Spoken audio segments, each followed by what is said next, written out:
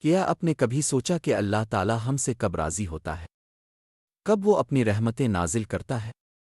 آئیے قرآن کی روشنی میں وہ اعمال جانتے ہیں جو اللہ کی رضا کا ذریعہ بنتے ہیں۔ سورہ الزمر آیت 53۔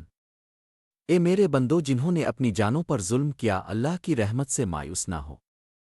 جب بندہ گناہوں سے سچی توبہ کرتا ہے، اللہ اسے معاف کر کے خوش ہوتا ہے۔ سورہ البقرہ 271۔ اگر تم صدقہ چھپا کر دو تو یہ تمہارے لیے بہتر ہے۔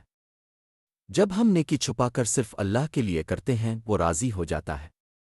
سورہ الزمر 10۔ صبر کرنے والوں کو بے حساب اجر دیا جائے گا۔ مصیبت میں صبر اللہ کو بہت پسند ہے۔ سورہ المامنون 9۔